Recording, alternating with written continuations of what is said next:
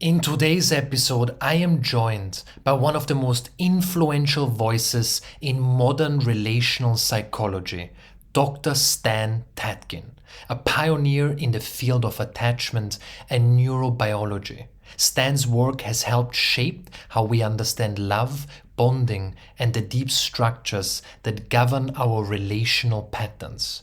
He's the founder of the psychobiological approach to couple therapy, or in other words, PACT, a model rooted in cutting-edge science and grounded in real human connection. His books, including Wired for Love and In Each Other's Care, have become sacred texts for therapists, coaches, and anyone committed to conscious relationship. In this conversation, we go far beyond technique. We explore what it means to be truly secure, how love can become a safe haven rather than a battlefield, and what's possible when we relate from the nervous system up and not the ego down.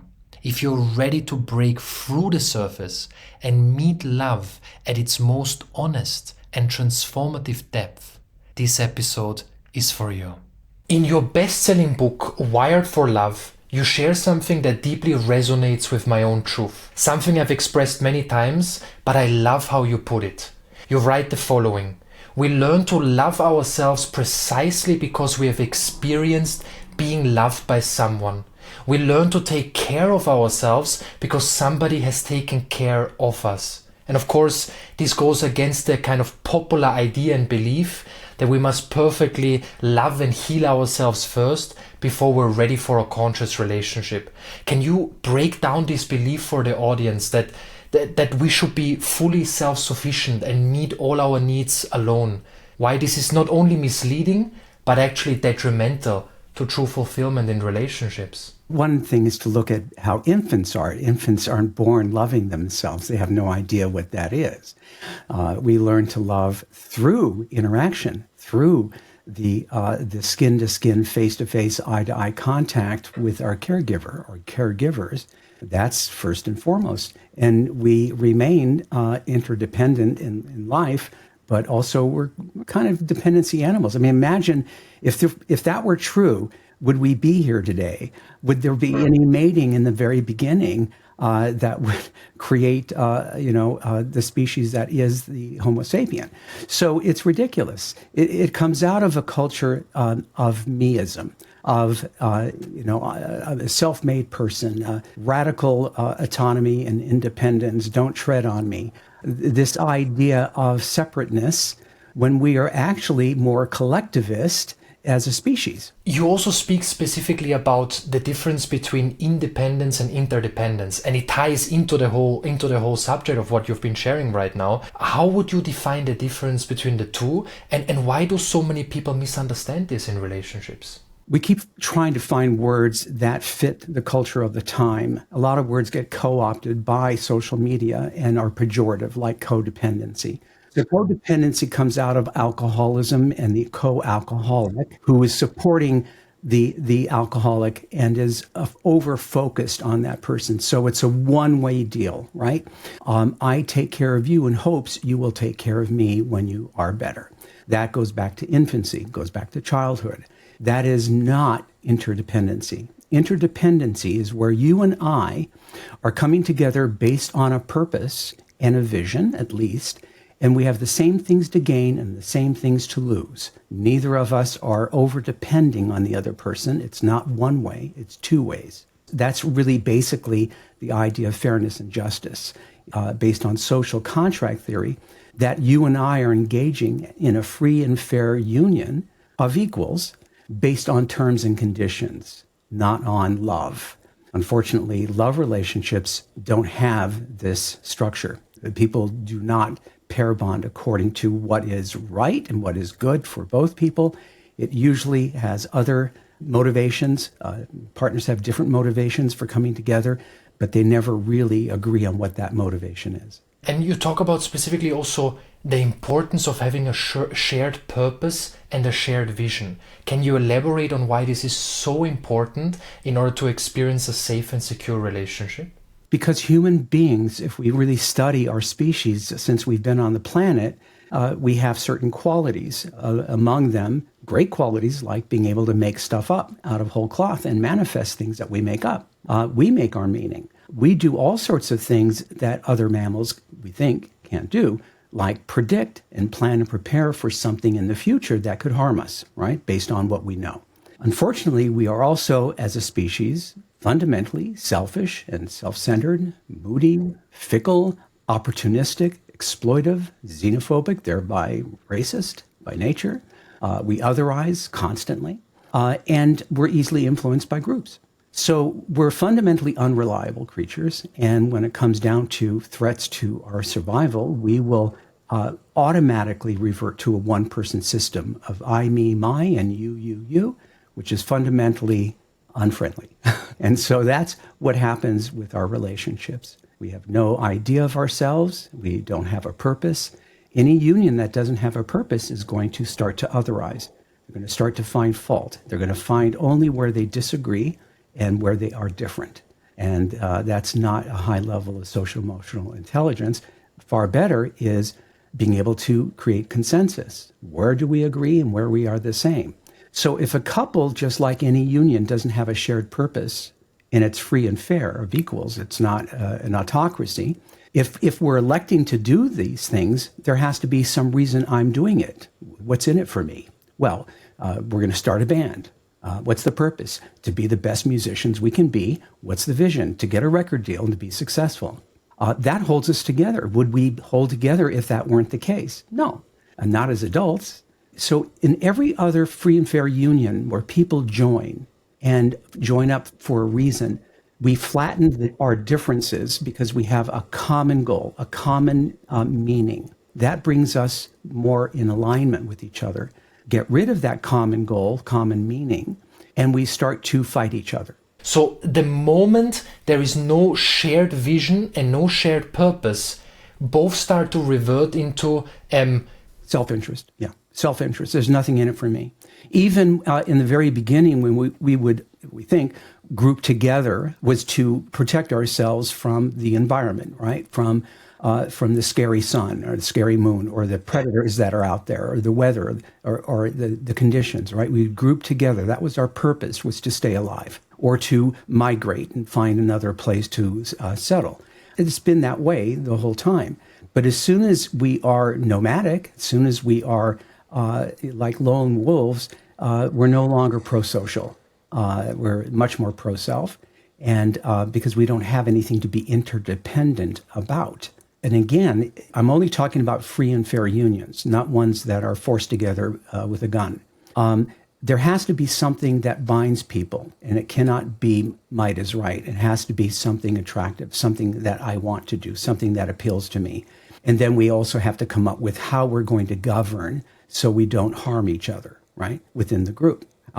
This is also something couples don't do. They don't plan for their devils, and devils we are as a species. Yeah, we're great on a good day, and on a bad day, we may not be that good. We could be terrible. We can do terrible things in the interests of ourselves. That's not evil. That is part of the survival instinct. So we might be better at war in some ways than we are at love because of that survival instinct and our tendency to otherize and our tendency to think that we're always right and others are wrong. So there are all these features and bugs in the human brain that are good in one area and not so good in another area. The example that I just have in my mind is, and I'm sure you've seen this in your practice, you see a couple who has got a good week or 2 good weeks or even 3 good weeks. They're feeling so connected. They both feel this partnership is in highest alignment. And then something happens, but not just something minor happens. The relationship goes from total bliss to extreme fighting each other, both in total survival mode. I believe this speaks to what you're describing here. When there is no plan in that sense or agreement, how can couples prepare themselves in a powerful way when the inevitable comes, when challenge comes? So in what you just said is less about the survival instinct, which has a different aspect, a different problem that's universal. This one is a design problem. So relationship is an invention. You and I embark on a relationship, but we decide what that is. Nobody knows what that is, right? We're supposed to be the designers of that relationship. We're the architects. We're the creators. Couples don't see themselves in that seat, that position of responsibility. And so it's a design problem. We feel good when the weather's good, and when the weather's bad, oh no.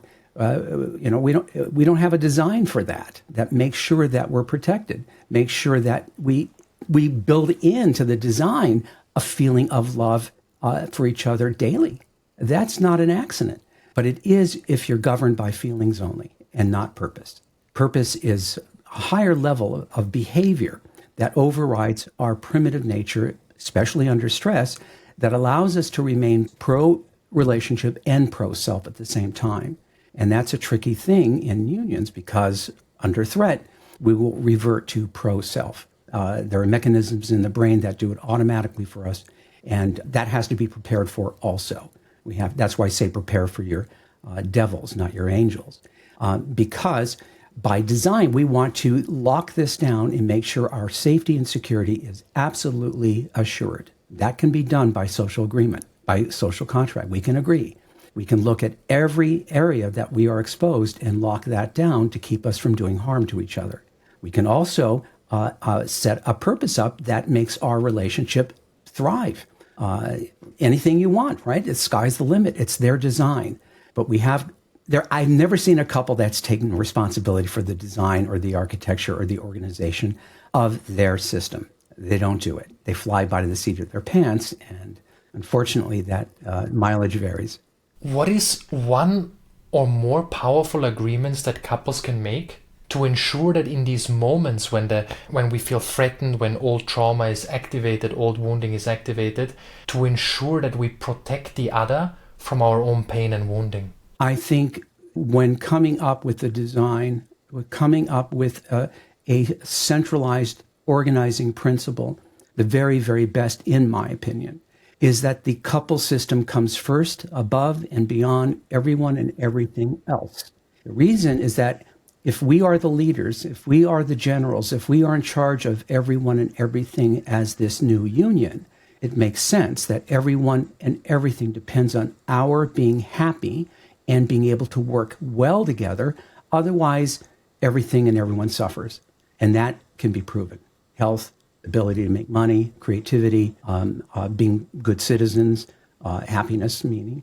Everything will begin to fail or suffer if that couple system isn't in tip-top shape. So that's why the couple must come first, because a couple that doesn't work well together, people don't usually like to be around, and kids don't.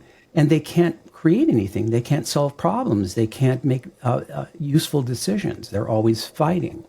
And so that just doesn't make sense. So that's number one. We are the most important people in this room and in every room. We come first, and then we are better at serving others. Two, we are in each other's care, right? I am responsible for your ongoing felt sense of safety and security, something I can guarantee. And when I fail, I apologize and fix it. Same with you, with me. I can guarantee your happiness in this relationship. At least that is how we're tooling it, making it. You can do that with me. We can't control happiness outside of the relationship.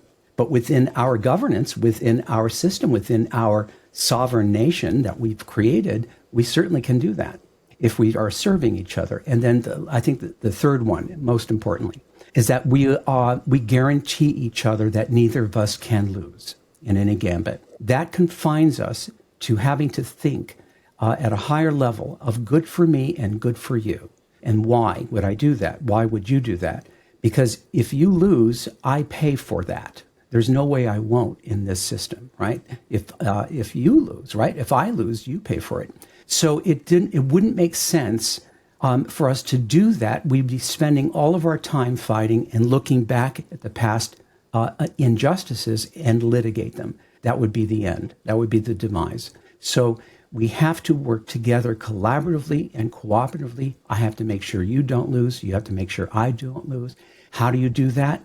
Through bargaining and negotiating, not transactional, as a higher level of being able to be together with all of our differences. what you say specifically here, that the couple always, or the connection always comes first.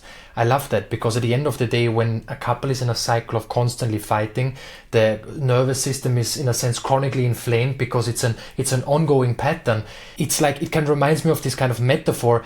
You cannot help anyone if your cup is empty. You can't pour from an empty cup. And it's exactly that, isn't it? Because it impacts our ability, our presence, the way we solve problems, the way we communicate with others. People will just not feel us in a state where we can actually be of service in any shape or form. For example, my wife and I both agree neither of us would feel as successful as we've become without each other.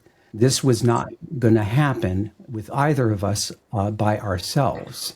And so by design, we made that happen. By design, we're still in love today. It's not a happenstance. It was built this way to keep us doing the things that are necessary based on a purpose, not feeling, that are required to keep love going, to keep friendship, fealty going, to keep safety and security going, right? It's not, we don't leave it to the feeling of the day, which makes it harder, because that means we're aiming higher. We're choosing either what is, in this one instance, what is right or what is good or what is best, so say we both, even though that could be the hardest thing to do, meaning it doesn't matter how we feel, we still have to do it. No matter how we feel, we still have to avoid that terrible thing that we could do that would harm each other.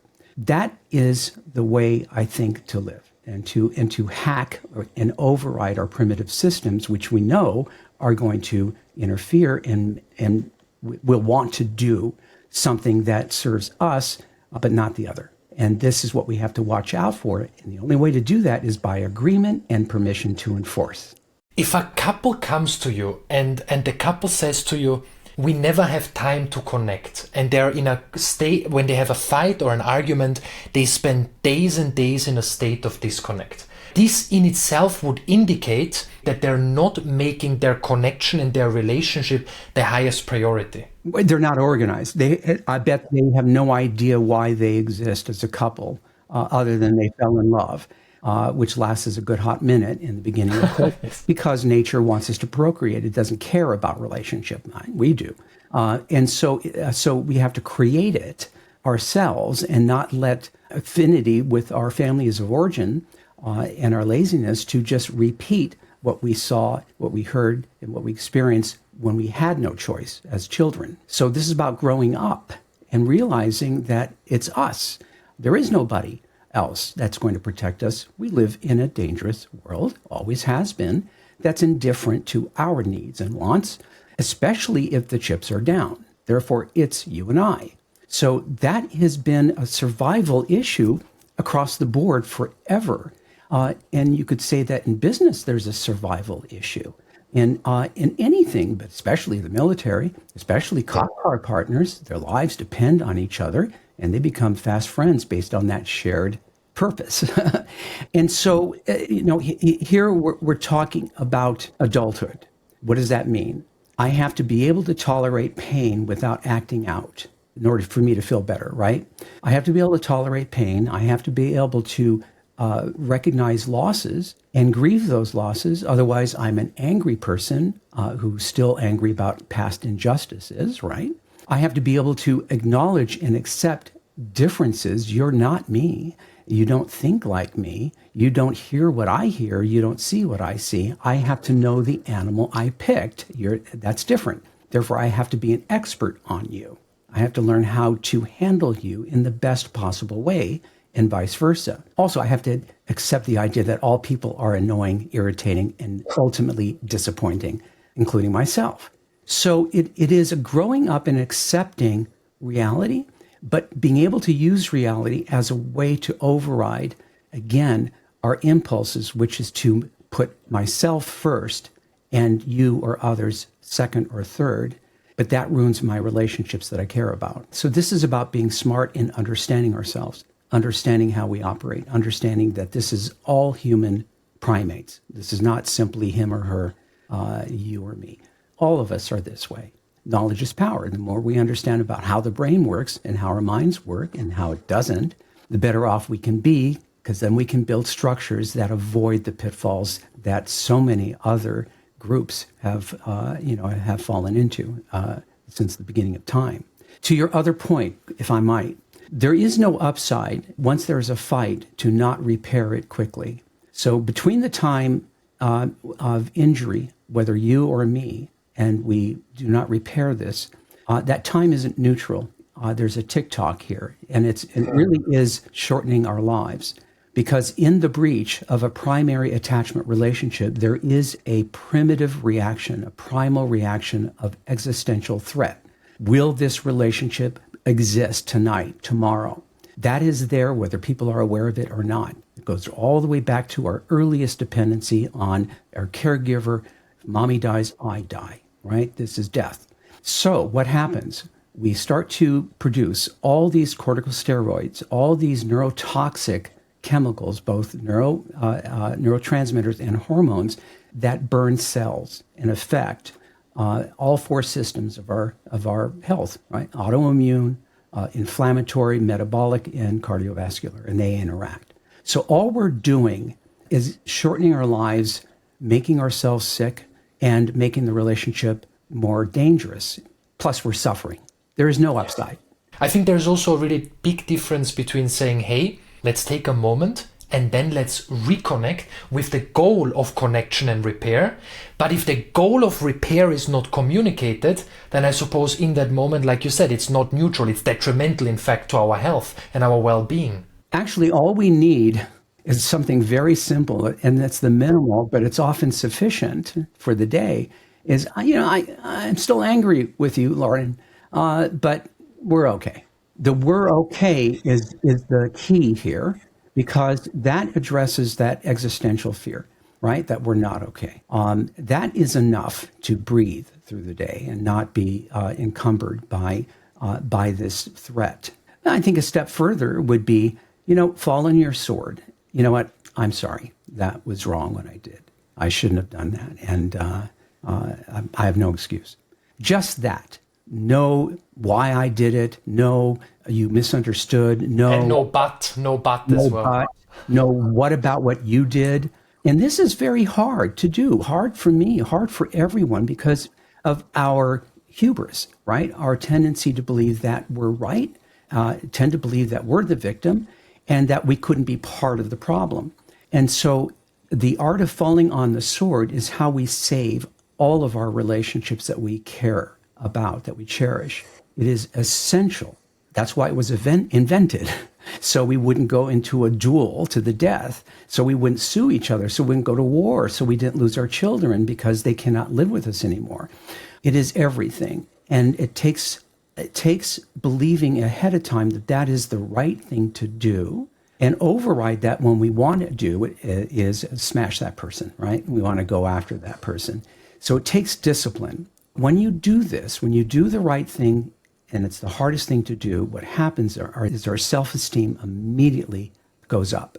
The other person recognizes we did something that is hard to do. Other people won't do it. And it encourages them to do it in return. So you have to try these things in order to know that they do work. But this is principle above emotion. And we have to build that. That just doesn't happen. When people go through very painful relationship dynamics, and then, for instance, they say they over-glorify someone with a secure attachment style, for instance, and then they say, well, but I'm actually not in love with that person, but it's better than what happened before. And I suppose it's this grasping onto something in hope for what? For certainty, for security. Can you elaborate a little bit more what you would say to such a person who comes to you and says, there's this securely attached person, but I'm actually not in love. What am I experiencing? This is a problem with the term. One person's being in love is another person's, hi, how are you? And I got to go. It depends on the expectations. A lot of expectations are entitlements based on family of origin, what we learned through fairy tales and music and movies. We feel entitled to a certain kind of love, being in love, which is mystifying to another person who doesn't see it that way, and threatening. And so herein lies the problem with basing things on emotion alone. that we have to base things on is what is the best relationship? What's the perfect relationship for me? What's the ideal relationship for me that goes in both directions, not just for me, right? It's not a do me kind of idea. Do I want a teammate? Do I want an equal? Do I want someone who is reliable? Do I want a relationship that is safe and secure by design with someone who's willing to do those things? Do I have a willing partner to make a life that we both want together and is willing to be flexible and hardy enough to stick with it? If people focus more on the perfect relationship instead of the perfect person, I think they do better. People disappoint constantly, and you will fall in and out of love throughout time. You will be attracted, not attracted, attracted, not attracted. You're going to feel like this, feel like that. You're going to wonder why you chose this person at different times in your life. That's your mind doing its thing. But the stuff we're talking about, coming together, purpose-centered, making each other awesome in a way that you couldn't do by yourself, but by agreement, building something, creating something out of whole cloth, and being those people who are, ride or die, right? We're in it to win it. That gives way for great feelings to arise, including falling back in love. There are ways to fall back in love. There are ways to stay in love, but people don't do them. People think this is just something that happens, right? I'm going to feel my soulmate when they come. I'm going to feel in love, and that person I'm going to stay in love with my whole life. That's not how the brain works. That's not how we operate. We have to design it so that we stay in love. We have to design it so we don't harm each other. We have to design it and lock it down that we're not going to cheat, because we will if the opportunity arises and the conditions are such. We don't know if that can happen. People do it. So we design things by social contract agreement. Let's not do this, let's do that. And because it's interdependent, in other words, you and I make sure we have parity. We have the same things to gain and the same things to lose.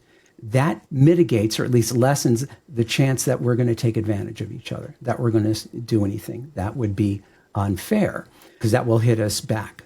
If you think of a three-legged race, if I were to bind your partner and your inner thighs together for a month, that would explain what I'm talking about. It's a team sport. You wouldn't be able to move or go anywhere without agreement and permission. That's a team. That's a two-person system. Unfortunately, couples don't have a physical reminder, and they don't have a cultural reminder either. It isn't the military where you have to worry about the person to your left and right because they're going to save your life. You're not important, right? They'll make you do this because you're putting lives at risk. The same thing with cop car partners, right? It's a team sport. It's not a solo sport. So the same with couples. It's an orientation and a realization that it's not a luxury. It may feel like one, but when the chips are down, it becomes a survival issue and a necessity that we trust each other, that by design, that we know we can rely on each other by design, that we know what our culture that we created is, so we know what we can and cannot do. Otherwise, we hurt ourselves and the union. This is thought. It isn't just felt. And that is why most relationships won't last, or if they do, they won't remain happy, because there'll be too much unfairness, too much injustice, too much insensitivity for it to last. How can couples differentiate between whether there is the opportunity to grow and heal together and move towards, using your terminology, secure functioning, or if a relationship isn't just meant to be, there's a deal breaker, or there's something in there that's not going to allow the relationship to thrive in the way perhaps both intend to? Because I'd say it's not always easy to distinguish this. What is the thin line here between healthy or growth challenges and perhaps what is really unhealthy and two people who shouldn't be together? There's really one way to look at it. What is true incompatibility? Well, you could say, our libidos are not aligned, so we're incompatible, right? Because libido is really important to me.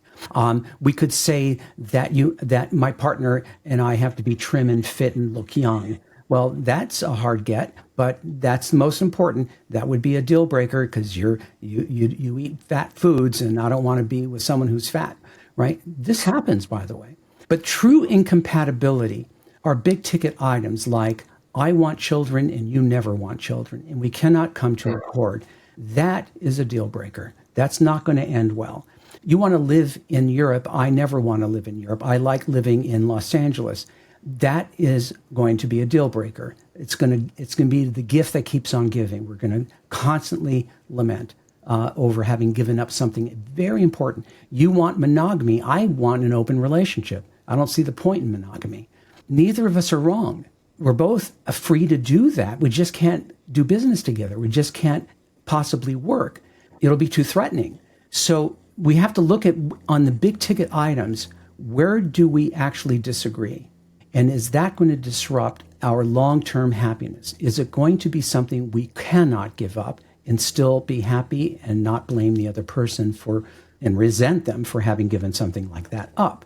That's, I think, true in incompatibility.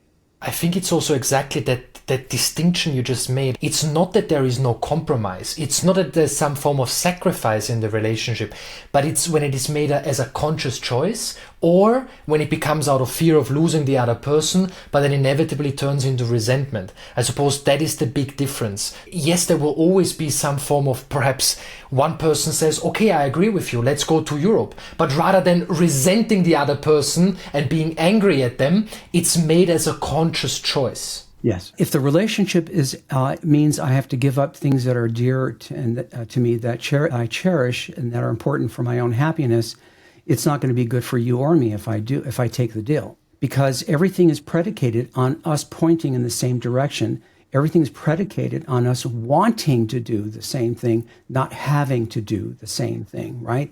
It's a choice. It's not with a gun to the head. It's not because I'll lose you unless I do it your way. And that's the problem with attachment. Attachment is the I can't quit you biology. It isn't love.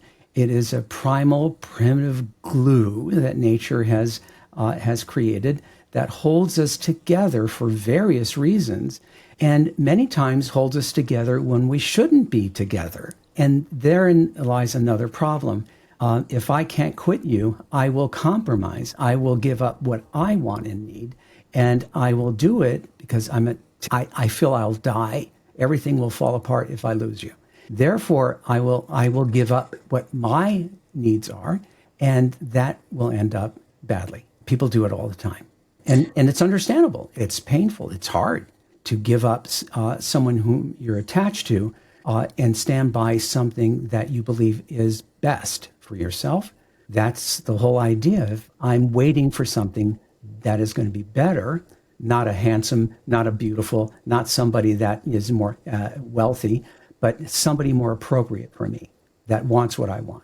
That's what that is. And so I'd have to have the presence of mind and an executive function that does the right thing when it's the hardest thing to do.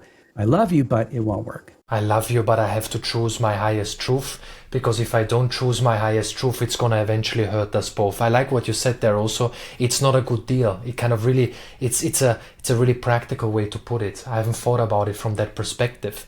In your work, you talk about the concept of thirds, the subtle, often unconscious dynamics that influence how couples interact. Can you explain a little bit more to the audience what this means and how understanding thirds can radically shift the way we show up in relationships? So thirds has been around since Freud, and probably before that. So it's because of the dyadic nature of the mother-infant bond or the father-infant bond. We'll put mother in quotes because the mother function. And then we know through infant brain development, like a mitotic process, the baby is beginning to build awareness of other objects other than itself, first with parts of the body, and then with the whole object, the mother, and then to other things, other objects, including the secondary parent, who becomes, said Freud, a rival. Well, not really in the sense that he said, but it is a competition for one of the caregivers, because they're in the way of a very special relationship that has not been broken up yet. I have to share this person, right? I have to bring this other person in. So that's called going from dyads to triads. That happens when couples have their first baby, and often there's big trouble at that point because the non-caring parent often feels that they're sidelined. often feels that they're no longer the primary. And that can cause a big problem if they're not prepared for something like that. So thirds are anything outside of our orbit. If you and I are primary attachment figures, which is a psychobiology actually, we're not going to appreciate being relegated to third wheel unless we have that arrangement or agreement. So this is true even in polygamous cultures and polyamorous cultures. We tend to pair bond still. And there's always a primary, the person we run to when we are in the most distress or when we want to celebrate something awesome. There's only one person first we go to. That's usually the primary.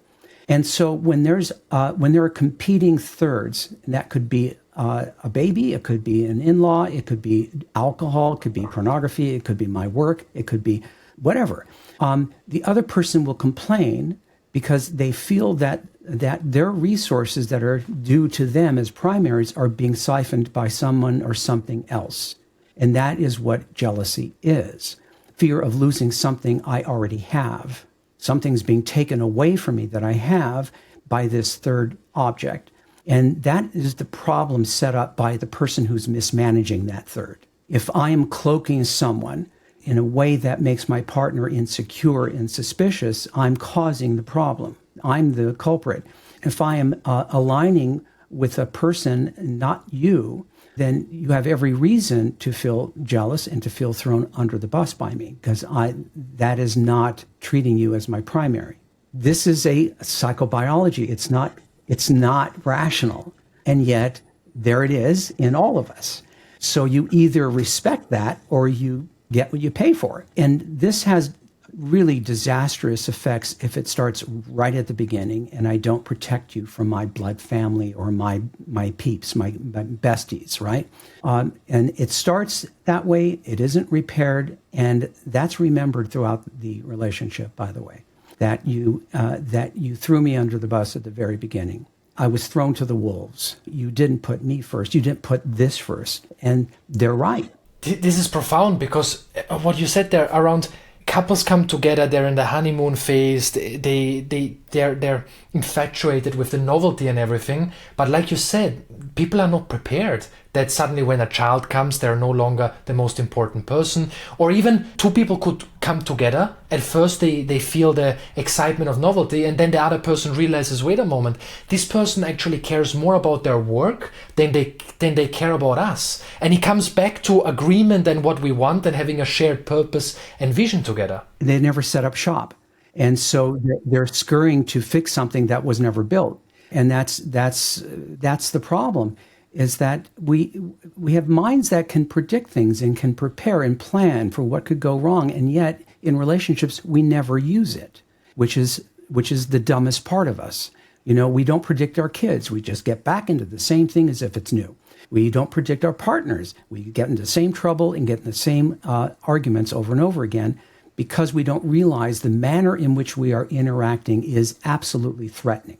That it's never the topic. It's always the manner in which we interact when one or both of us is under stress. That is our animal primitive selves. It's being relegated to subcortical processes that are fast, automatic, and indiscriminate. In other words, through pattern recognition, I begin to have an array of threat cues that I see on your face, your voice, your movements, your word choice, and so on. And I shoot first and ask questions later. As soon as I feel threatened, because of the past, because of memory, I'm going to do that. And that is the nature of being human. That's what we're protecting each other from, is that tendency to recognize threat and to just take care of our own interests and even push the other or hurt the other person in the doing. That has to be prepared for. Just like if you were a dancing team and you were trying to win a competition, you would not just go in and be live without having predicted what you would do under those circumstances and planned for it and prepared for the nerves. You'd be silly to do that.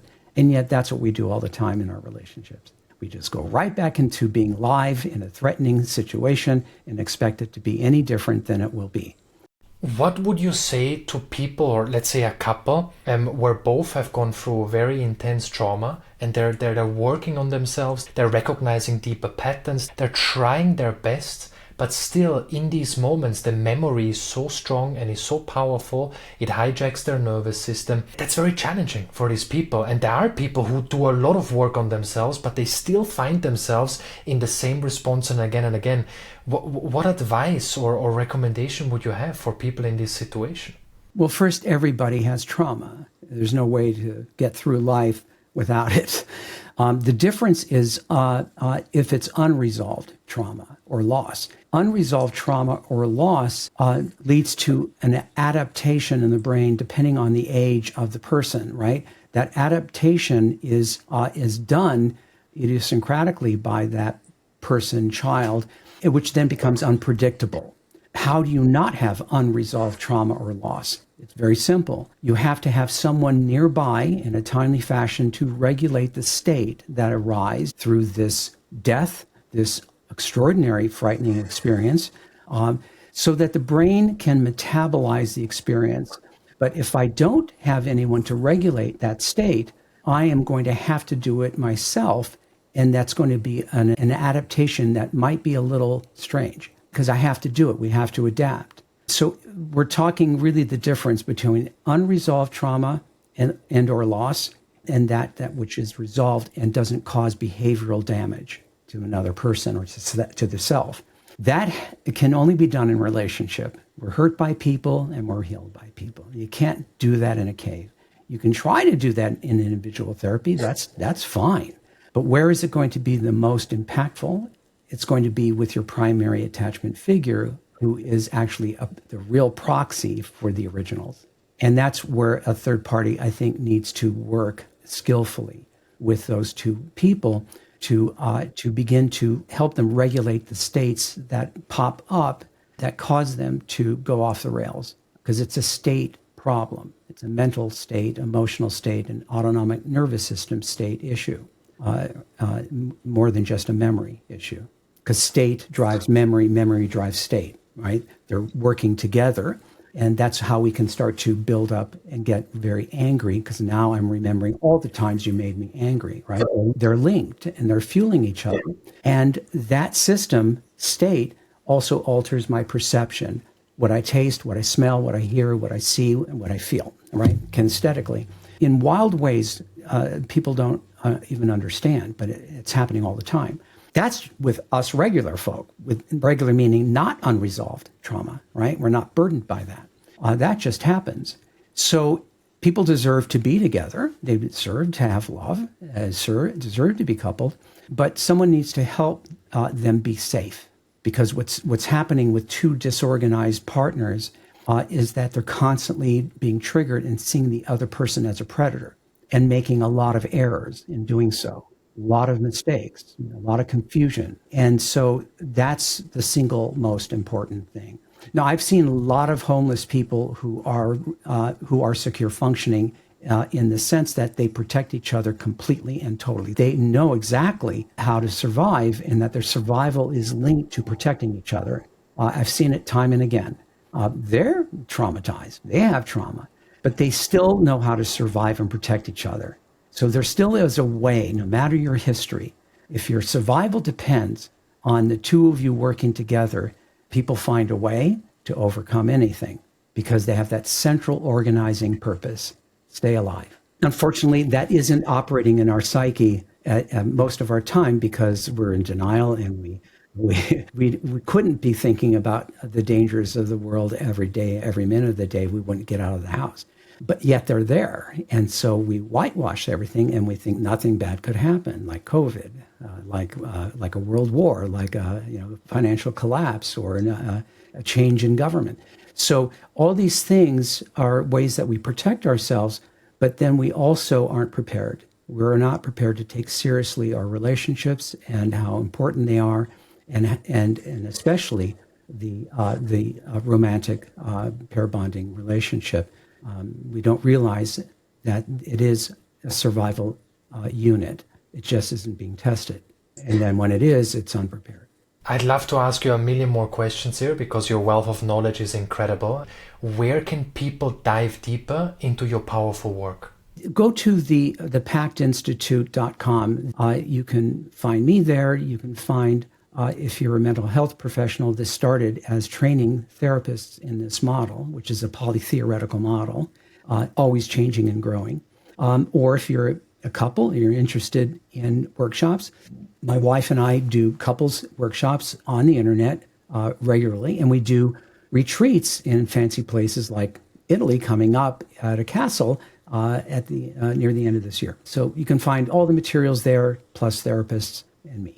Amazing. We're going to link all of that, your book as well, your social media handles. We're going to link that into the show notes. Stan, I really appreciate your time. Thank you for being on the podcast. Lorin, it was lovely talking with you. Thank you for listening to this episode.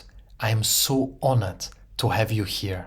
For us to continue to serve you at the highest level, providing these bi-weekly episodes, whether they're solo episodes or deep dive interviews, entirely for free, we only ask for a few seconds of your time. If you can rate this show 5 stars or give it a thumbs up if you're watching this on YouTube or wherever you are watching or listening to this, then this goes a long way. Of course, only if that is truly how you feel about this show. And if we can have around 30 to 60 seconds of your time, if you can leave a little review or a little comment about your experience or the impact of this episode or of this show in general, then that goes even further. And of course, if you share this episode with someone who you think who can benefit from this or on your social medias, all of these are ways how you can help us so we can continue to serve you at the most powerful and deepest level. Once again, thank you so much for being here. I'm so honored to be of service and guidance on your powerful and sacred path.